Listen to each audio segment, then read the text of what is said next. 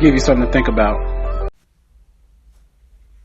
So I want to talk about the idea that some people may have when they have issues and they have problems, and they're not willing to take it to Aluhym or take it to God, the word you may be familiar with, because of the idea that they have that, God is dealing with a lot of things. God is dealing with bigger things, bigger problems than my little petty issue. And so it's like, well, I need an answer. I need help. But I'm not willing to take this to God because, God is dealing with, he's master of the world, master of worlds, the universe. He got the whole universe to deal with. This is what I got is small. It's petty. It's, insignificant. Why, what is man that you're concerned with him is the question that, the psalmist, David, posed. Same kind of thing. You know what I'm saying? So it's not something that hasn't been thought about before or brought up before. And so, my answer to that, my challenge to that is, okay, if that's how you look at God, you think God is capable and able to deal with all of these massive, huge, global, international, global, galactic, universal issues. Don't you think that your, as you say, little, petty, insignificant, small issue, don't you think a God is capable of dealing with all that? Would just look at your issue and be like, yeah, this is what you do. And like in that, just like in a snap, like answer your little issue, your little problem, and then move on to what else he has to do. Like, why wouldn't you bring your little, you think it's small and insignificant and tiny. Why wouldn't you bring it to somebody who's more capable and able to deal with, somebody so capable and able that they can deal with galactic, intergalactic, global, way more massive problems than you're able to deal with. Okay. Why wouldn't you bring it to them? I mean, don't you think that's just ridiculous? Like, you know what I'm saying? Like really think about it critically. Okay. There's, I don't remember where I got this quote from, but what I do remember is, I used to work in a pharmacy in Raleigh, North Carolina on New Bern, right next to the hospital. And there was a girl, that came, to apply for a position, pharmacy tech. And I was working there and I liked her energy. She had pretty eyes too. But anyway, the point is, she had really, high energy, good energy. And I think she was the first person I heard to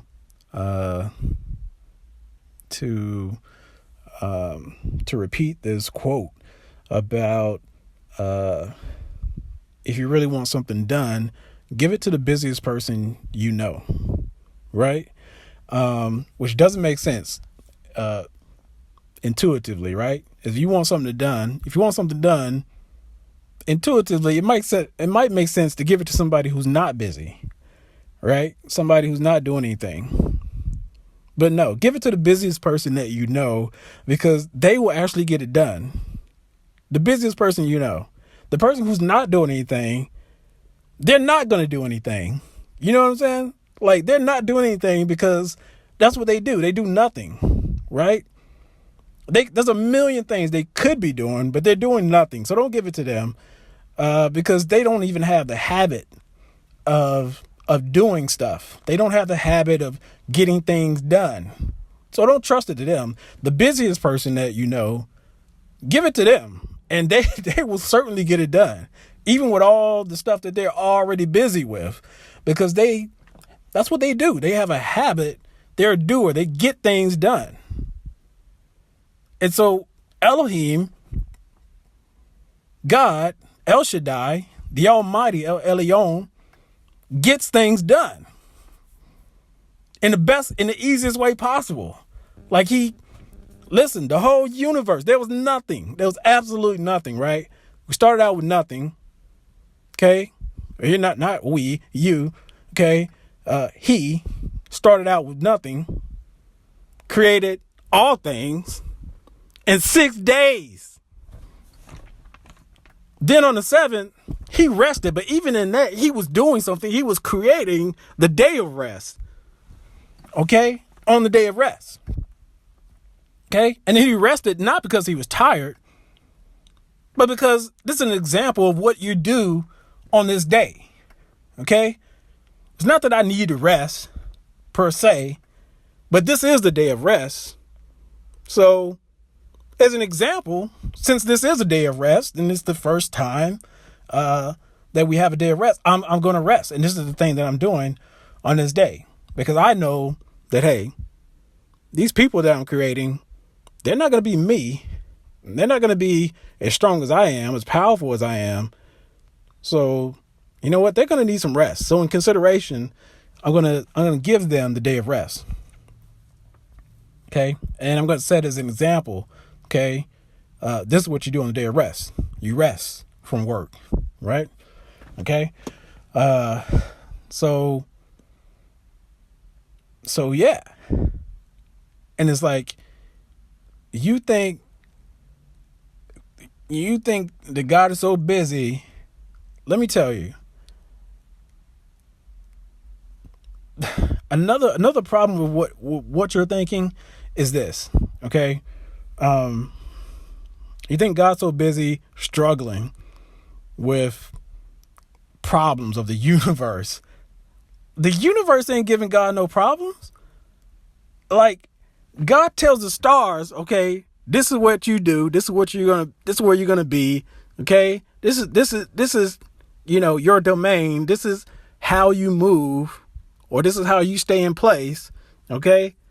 And that's just what the stars do. Tells the sun, do this, and it does that. Okay. God tells him, like I set these things in order a long time ago. I ordained their order long ago. And they adhere to that. They follow their law. Okay? You know the biggest problem God did? You're the biggest problem that God has. Because the stars, the moon, the sun, the host of heaven, they don't really have no choice. They don't have no choice. They do what they're told to do. And that's it. That ain't present no problem for God at all. Like, that's the easiest thing, the easiest GED question in the world. Okay? Is what are they going to do? They just going to do what they told to do. It's the easiest thing. Okay? You're the problem. You know why? Because you have a choice. They don't have a choice. You the problem. You're the hardest thing that Elohim is dealing with. Because Elohim is trying to get you to see that what you should do is line your actions up and line your choices up with the plan and the instructions that he's already given you. That's the hard part. Okay? Because I've already shown you what the good is. Okay? I showed you what the wrong is by showing you what the good is. Do this, don't do that. Now the difficulty and the complexity comes in the fact that you have a choice to follow my instruction or to not follow it. Teach. Because what you can do is you can also choose to ignore the good instruction. Message. To ignore the good advice. Message.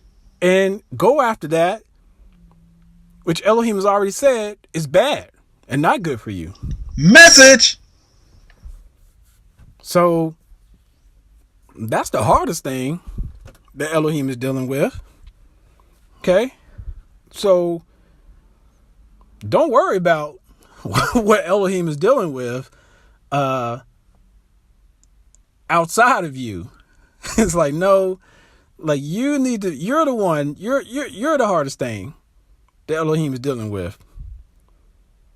And you won't even bring what you're dealing with.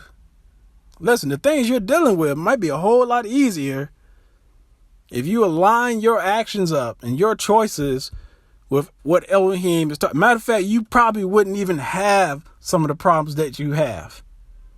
Okay? If you were lining up your choices and your decisions with what Aluhym, it's very likely you wouldn't even have the things that you're dealing with that are giving you a headache. Like you would have peace. You would have joy. Message. If you would align your actions up with the instructions, okay, the guidance and the principles that Aluhym has already put in place for you for your good. So when you think Aluhym is trying to keep you from something good, you think if you start aligning up your actions, you're going to be missing out on life. You're going to be missing out on the good things.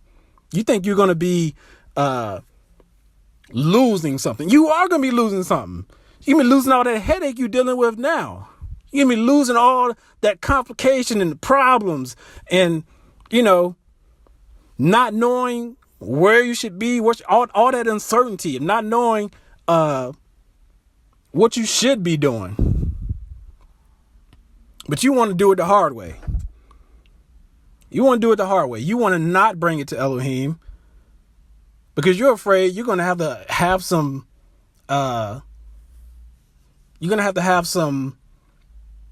rules. You're afraid you're going to have some restriction on you, some guideline on you. And you don't want that. You don't want to be told what to do.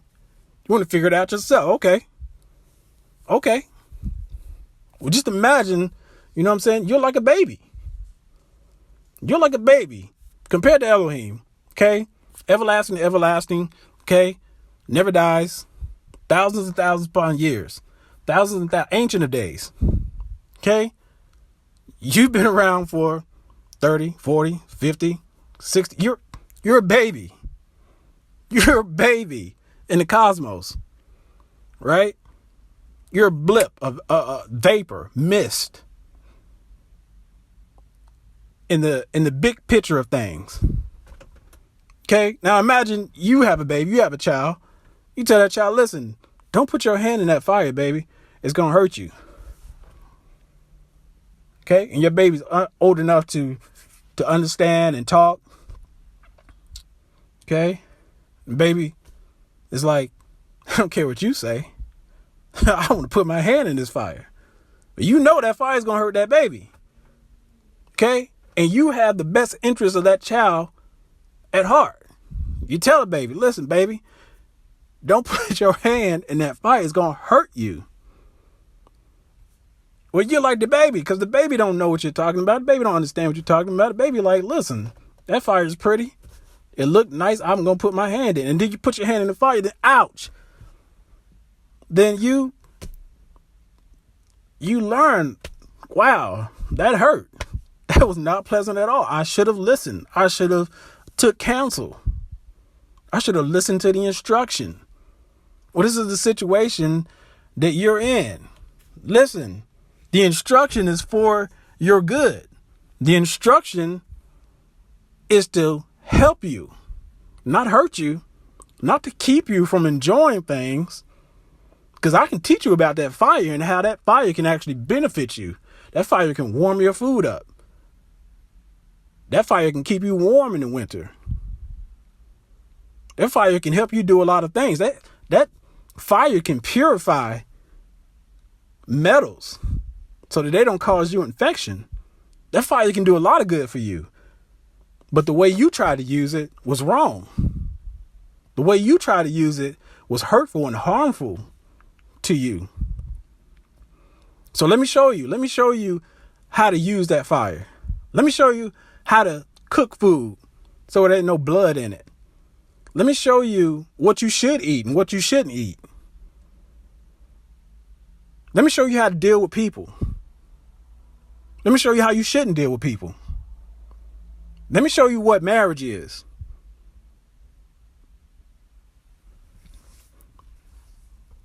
The instructions are for your good and not to hurt you. Okay? And maybe everything that you're doing is not as dramatic as that fire, putting your hand in the fire. Maybe the repercussion is not as immediate and it's not as dramatic as that. But please understand, again, from your viewpoint, you're not seeing the long haul. You haven't been around since the beginning of ages.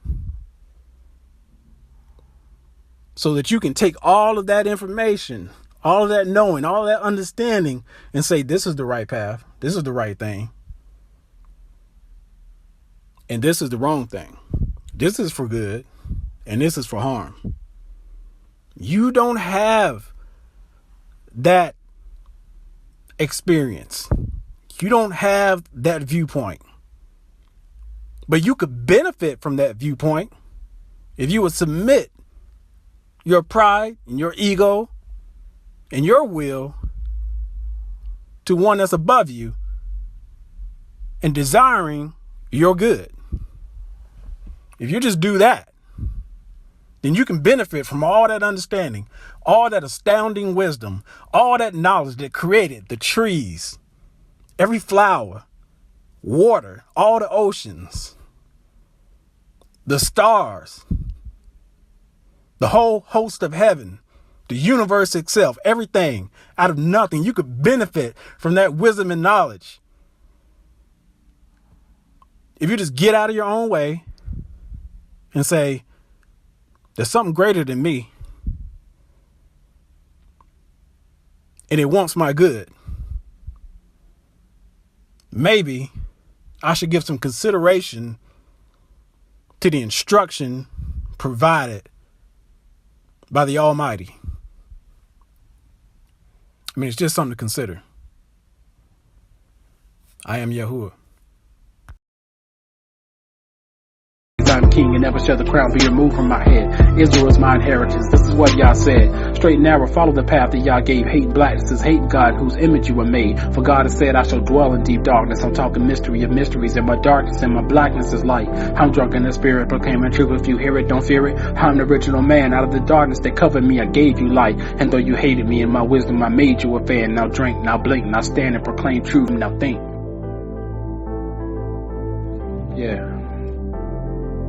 Just something for you to think about. And just remember, always was and always will be. There will be no light if it wasn't for me. There was evening and there was day. There will be fire. Yeah, that's all I gotta say.